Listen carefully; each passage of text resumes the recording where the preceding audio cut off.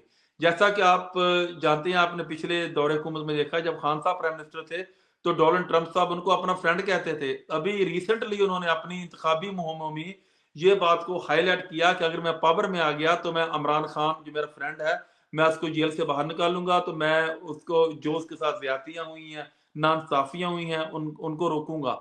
تو اب جو ایک سیاسی تجزیہ نگار کہہ رہے ہیں کہ اب جب وہ آفس سنبھالیں گے, اپنا وائٹ ہاؤس میں جائیں گے ڈونلڈ ٹرمپ صاحب, تو بالکل وہ اپنے غلاموں کو ایک کال تو کریں گے. یہ تو ایک لکھی پڑی بات ہے کہ وہ چاہیں گے کہ آئین اور قانون کی پاسداری ہو اور ان کا آرڈر تو آئے گا. تو یہ تو ایک لکھی پڑی بات ہے کہ وائٹ ہاؤس سے ایک کال تو آنی ہے کہ پاکستان میں جو انسانی حقوق کی شدید ترین خلاف ورزیاں ہوئی ہیں پچھلے سال سے, بلکہ 2 سال سے جو خلاف ورزیاں ہوئی ہیں, اور جو اتنا پاکستان میں آئین اور قانون کی دھجیاں اڑائی گئی ہیں, اور جو 26 جو آئینی ترمیم جو پاس کروائی گئی ہے اجلت میں, وہ سارے کے سارے, تو اس پر پاکستان پر تو میں یقیناً کہوں گا کہ بہت ہی گہرے اثرات مرتب ہوں گے.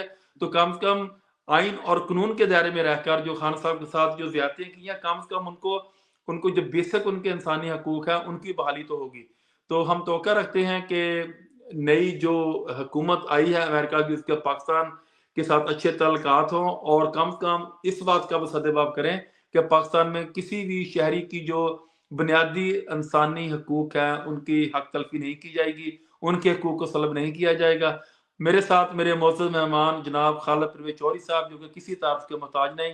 خالد صاحب پاکستان اسکاٹش پریس کلب کے پریزیڈنٹ ہیں, خالد صاحب 92 نیوز کے بیورو چیف ہیں, اور خالد صاحب جو ہیں وہ ایک سینئر تجزیہ نگار اور جرنلسٹ ہیں, اور پاکستان کے حالات پر ان کی ہمیشہ گہری نگاہ ہوتی ہے. خالد صاحب آپ کو پروگرام میں ویلکم کرتے ہیں.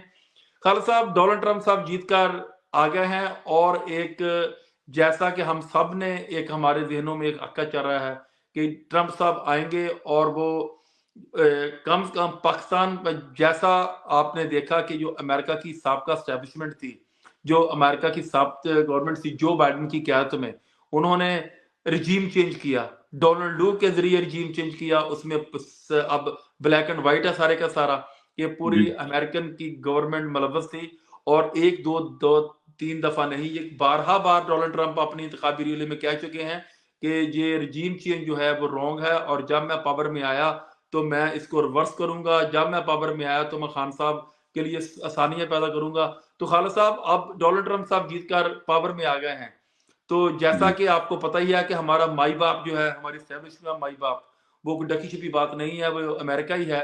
ہم ایک ڈالر کے لیے بھی ان کی وہیں سے بھی مانگتے ہیں, چاہے وہ IMF ہو, چاہے ورلڈ بینک ہو, اور ہم نے کوئی سیاسی فیصلہ کرنا ہو, کوئی علاقائی فیصلہ کرنا ہو, ہم نے کوئی ریجن میں کردار ادا کرنا ہو, تو جب تک ہم اپنے مائی باپ سے پرمیشن نہیں لیتے ہم کوئی فیصلہ نہیں کرتے.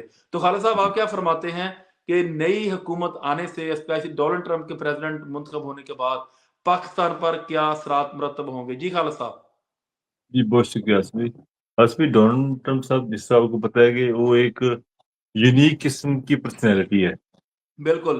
آپ کو پتا ہے کہ عام جو جنرلز ان سے پہلے جو ان کے پریزیڈنٹس ہیں, تو وہ ایک قسم کی ان کے اپنا ایک انداز ہوتا ہے. جب سے یہ آئے, ان کا ایک اپنا یونیک سٹائل دکھا, یہ خود ڈانس بھی کر رہے ہوتے ہیں اسٹیج کے اوپر کھڑے ہو کر. بالکل بالکل. پھر ان کا وہ ایک سٹائل دیکھا کہ وہاں پر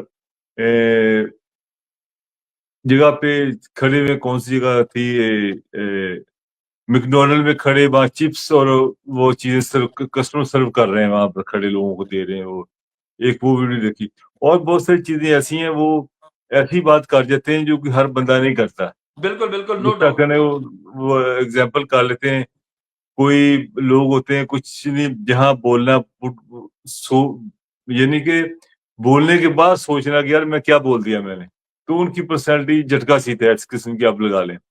اس سے پہلے بھی جب بھی وہ، اور دوسرا پاکستان میں واحد پرسنالٹی ہیں عمران خان صاحب جن کی ان کے ساتھ ایسے تعلقات ہیں کہ ان کی وائف بھی ان کی فین تھی.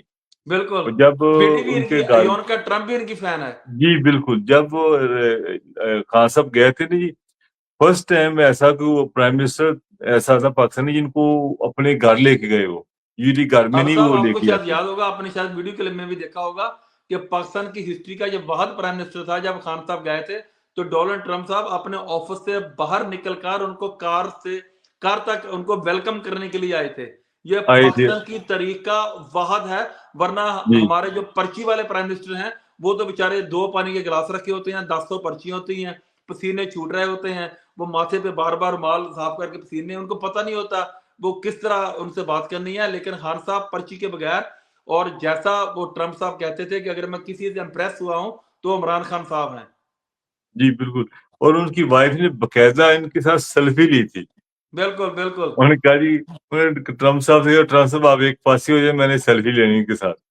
انہوں نے سیلفی لی تھی. تو انہوں نے اچھا، خان صاحب کی پرسنالٹی بھی ہے کہ جب یہاں بیٹھتے ہیں وہ اپنی بات منواتے بھی ہیں، بالکل آرگیو کر کے، بات کر کے قائل کرتے ہیں، یا قائل ہو جاتے ہیں یا کر لیتے ہیں.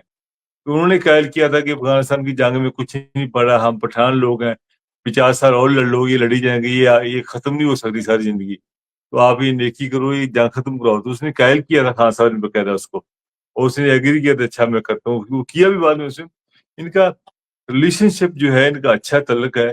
تو ایک پاکستان میں بھی جو کنسیپٹ ہے نا ہماری، جو خاص کر عوام میں کنسیپٹ پایا جاتا ہے کہ چونکہ جو سابقہ رجیم تھی انہوں نے اس کو اتارا تھا، کیونکہ یہ اب آئے ہیں تو یہ آئیں گے تو یہ آ کر ان کو جو ہے کچھ آسرا دیں گے، کچھ کہہ رہے ہیں. چونکہ اس سے پہلے بھی ایک ہسٹری ہے آصف بھائی، اگر آپ کو یاد ہو تو امریکن پرائم منسٹر تھے، انہوں نے، میرا نام ذہن سے نکل گیا، انہوں نے نواز صاحب کی رہائی کروائی تھی. اور رہائی پتہ کیسے کرواتے ہیں یہ لوگ؟